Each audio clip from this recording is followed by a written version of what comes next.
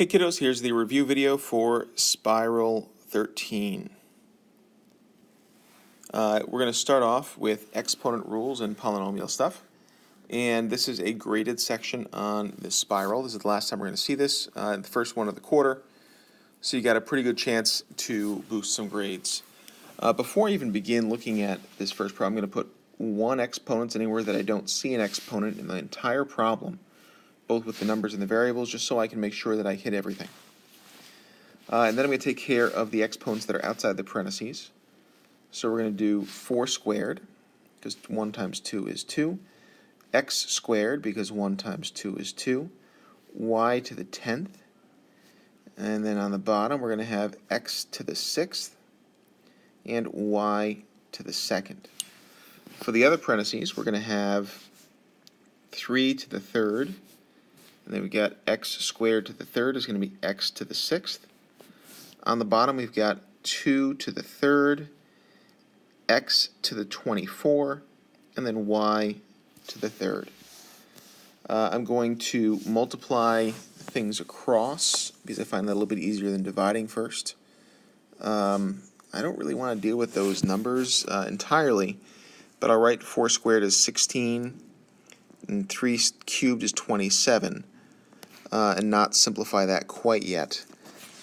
X squared and x to the 6th is going to be x to the 8th, and y to the 10th doesn't have anything to match up with, so that's going to stay y to the 10th. Then on the bottom, I've got just the number. That's going to be 2 to the 3rd, which is 8. I've got x to the 6th and x to the 24 is going to be x to the 30. And then we're going to have y squared. Y to the 3rd would be y to the 5th. Okay, simplifying some things. 16 over 8 is going to be 2. 2 times 27 would be 54. That's going to stay on top. We've got x to the 8 and x to the 30. I'm going to subtract. The bigger numbers are on the bottom, so I'm going to make that 30 minus 8 is 22 on the bottom. And then we've got y to the 10 and y to the 5, bigger numbers on top. 10 minus 5 is going to be 5. My final answer is 54 y to the 5 over x to the 22. Number 2, we're going to start out exactly the same way, putting some 1s on things that don't have exponents written, just so I don't get confused. Because then I'm going to distribute my third power, 3 to the 3rd, x to the 3rd, y to the 9, and z to the 6. Nothing to distribute here, so I'm just going to say that's 5. And then we got x to the 11, y to the 1, and z to the 2. Okay, 3 to the 3rd is 27. And 27 times 5 is going to be 135. X to the 3rd, x to the 11th, we're multiplying, so we add those exponents. That gives x to the 14. Y to the 9, y to the 1, we add the exponents, y to the 10. Z to the 6, z to the 2 gives us z to the 8. For number 5, we're combining like terms, and I know we're combining like terms because I see a subtraction on the inside of this problem between the two parentheses. So let's start combining things. We've got 2x to the 3rd and nothing on the other side. Okay? I've got then negative 4x squared. I got an x squared over there, so that's going to be minus 6x squared, and that'd be negative 10x squared. Next up, we've got 11x, and I've got an x over there, so it's going to be 11x minus negative 12x. Those become positive, giving me 23x. And then finally, we've got a plus 36 with nothing in the first parentheses, so it's going to be minus the 36, giving me a final answer when I combine these of 2x to the 3rd minus 10x squared plus 23x minus 36.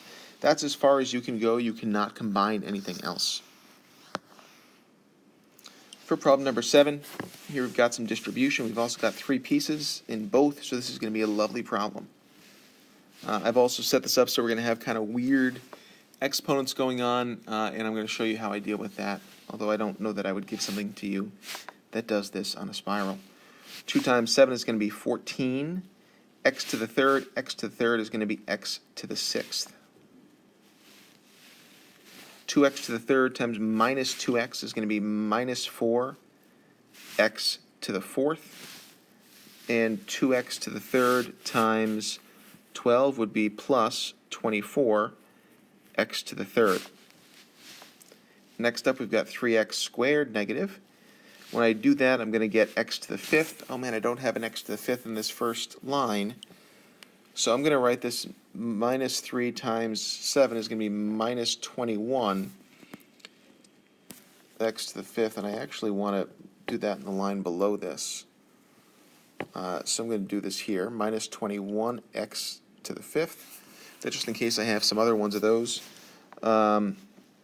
Negative 3x squared times negative 2x is going to be positive 6, and x squared times x is x cubed, so we do that one here. I'm not writing these in the order that I'm multiplying, but instead I'm clustering them so that they're sitting on top or underneath other pieces that we already have. And minus 3x squared times plus 12 is going to be minus 36x squared. I don't have a column for that yet, so I'm going to write that over at the end. Okay, then we've got the 11s. So 11 times 7x to the third. Okay, I do have a column for that. It's going to be 77x to the third. 11 times minus 2x is going to be minus 22x. I don't have a column for that yet. And then 11 times 12 is going to be plus 132. No other just numbers yet, so 132. This is a really weird problem because we have like lots of pieces that we don't have more than one part of. So we've got 14x to the sixth, minus 4x to the fourth. 24 plus 6 is 30, plus 77 is going to be 107 x to the third, minus 21x to the fifth, minus 36x squared, minus 22x, and plus 132. You could reorder that in order of decreasing degree, or just leave this like that because that's a lot of stuff.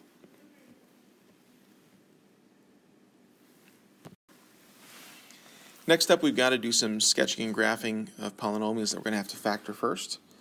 And I'm going to start off by taking a look at this delightful polynomial. 2x to the third minus 3x squared minus 18x plus 27. In order to talk about how many times it crosses the x-axis, I probably have to do some factoring first. This is already set up to factor by grouping. And when I do that, I can take an x squared out, and I'm left with 2x minus 3. I can take a minus 9 out, and I'm left with 2x minus 3. That gives me x squared minus 9 and 2x minus 3. And if I set that equal to 0, we get x squared minus 9 is equal to 0, which means that x squared is equal to 9. I'm going to move this way, which means that x is equal to the square root of 9, which is 3. I also need the negative version as well, because if x squared is 9, that means that 3 squared could be 9, or negative 3 squared could be 9. For the other part, we've got 2x minus 3 is equal to 0. That gives us 2x is equal to 3, or x is equal to 3 over 2. All right, let's put some points on my graph. We've got 3 over 2. We're going to have 3. We're going to have negative 3. And I can also do the y-intercept, which is going to be 27. Always that last number. Okay, I can do a nice sketch of this graph where we have a positive leading coefficient, which means at the end we're going up. And if I do a nice smooth curve, we got to hit all these points. It looks like this. Okay, I'm going to jump back to this question. How many times does it cross the x-axis? 1, 2, 3. Describe the end behavior of p of x. As x approaches negative infinity, that's left. So on the left side, we're going down. And I'm overlapping other stuff, so let's just call that negative infinity. All right, on the right side, we're going up, and that would be positive infinity. And that's our basically entire problem. For number 11, we've got to write a polynomial function for this. I'm going to start with each pair. X equals -2 would give us x plus 2. X equals -1 would give us x plus 1. And x equals 1 would give us x minus 1. It goes a little bit further because all three of these are bounces. So we got bounces all over the place. And anytime we have a bounce, it's going to be that piece squared, so all three of these are going to be squared. The last part is we need to figure out if there's a number out front. And to do that, I'm going to use the point -12, 0. So we get -12 is equal to a times 0 plus 2 squared times 0 plus 1 squared times 0 minus 1 squared. So -12 is equal to a, 0 plus 2 is 2, squared is 4. 1 times 1 is 1, and -1 times -1 is 1. When I divide by 4, we get a is equal to -3. That gives me an equation. Y is equal to -3, x plus 2 squared, x plus 1 squared, x minus 1 squared. For the third section, we got a feedback section. This is for polynomial division. Just as a reminder, in this quarter you will receive a grade in Power School based on an attempt on this section. You get a 3 if you've got it down. You get a 2 if you're kind of on your way there.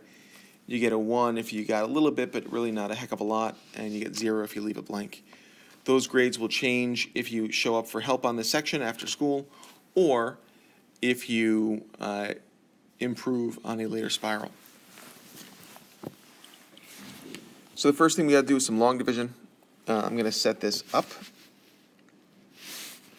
We've got x minus 1 out front, x to the 4th minus 2x cubed plus 5x squared minus 6x plus 11. No powers are missing, so that we don't have to worry about dealing with any gaps. To get from x to x to the 4th is going to be x cubed. Going to distribute that down. We get x to the 4th minus 1x cubed. When we subtract, we get 0. -2 minus -1 is going to be minus 1x cubed. And then bring down the next piece plus 5x squared. Okay, next up, x to get to -1x to the 3rd is minus 1x squared.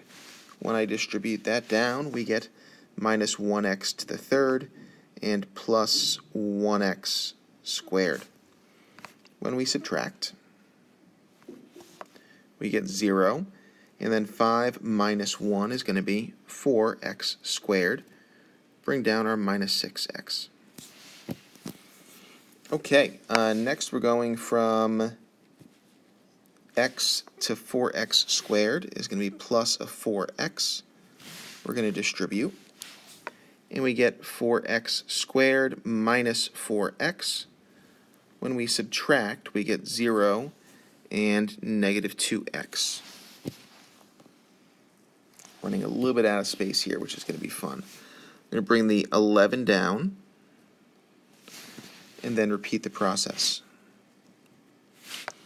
We're going from x to minus 2x, which is going to be minus 2. That's going to distribute, giving me minus 2x and then plus 2. When I subtract, I get 9. My remainder would be 9 over x. This should be a minus 1. Oh, and I'm definitely doing the wrong one. The other one says video. This one doesn't. That's okay. Not a big deal for this. They're both basically the same problem. Okay, part 2 is to do some synthetic division to check our answer.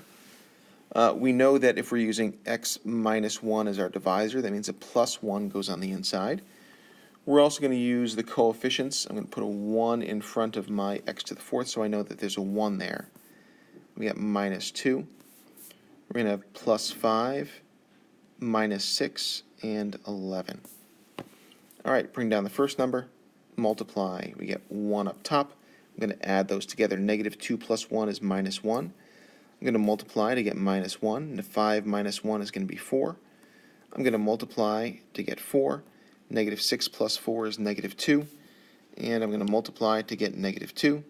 11 minus 2 is going to be 9. All right, we got our remainder. We got the same remainder that's up above. Just as a reminder, the last number is going to be the remainder, so it's 9 over x minus 1. Then we've got the number. Then we've got the x. And then we've got the x squared. And then we've got the x cubed. We increase the power by 1 each one we go to the left. Is x minus 1 a factor? No. The remainder is not 0. Is x equals 1 a 0? No. X minus 1 is not a factor.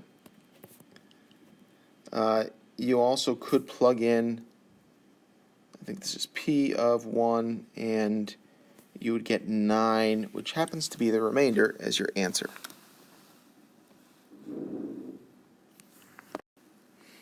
And the new section, which really isn't that new, is the rational root theorem.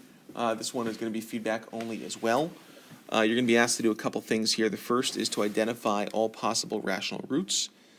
In other words, good guesses. I didn't label either of these as video, so I'll do number 15 as video stuff. All possible rational roots, I'm looking for factors of 6. And when I do that, I'm going to have a plus 1 and a minus 1. I'm going to have a plus 2 and a minus 2. I'm going to have a plus 3 and a minus 3. 4 doesn't work, 5 doesn't work, and a plus 6 and a minus 6. There are 8 different things that we could try here. And I'm going to set these up as factors now. So that would be x plus 1 and x minus 1, x plus 2 and x minus 2, x plus 3 and x minus 3, and x plus 6 and x minus 6. What we're going to have to do is try some of these things to see which ones work. Keep that there so I can actually see. And I don't know, I might try x plus 1 first just for lack of a better choice. There's no reason to choose any specific one of these necessarily. So I'm going to do synthetic division because it's much faster for us. So that means a minus 1 goes out front. We got 1, 4, 1, negative 6.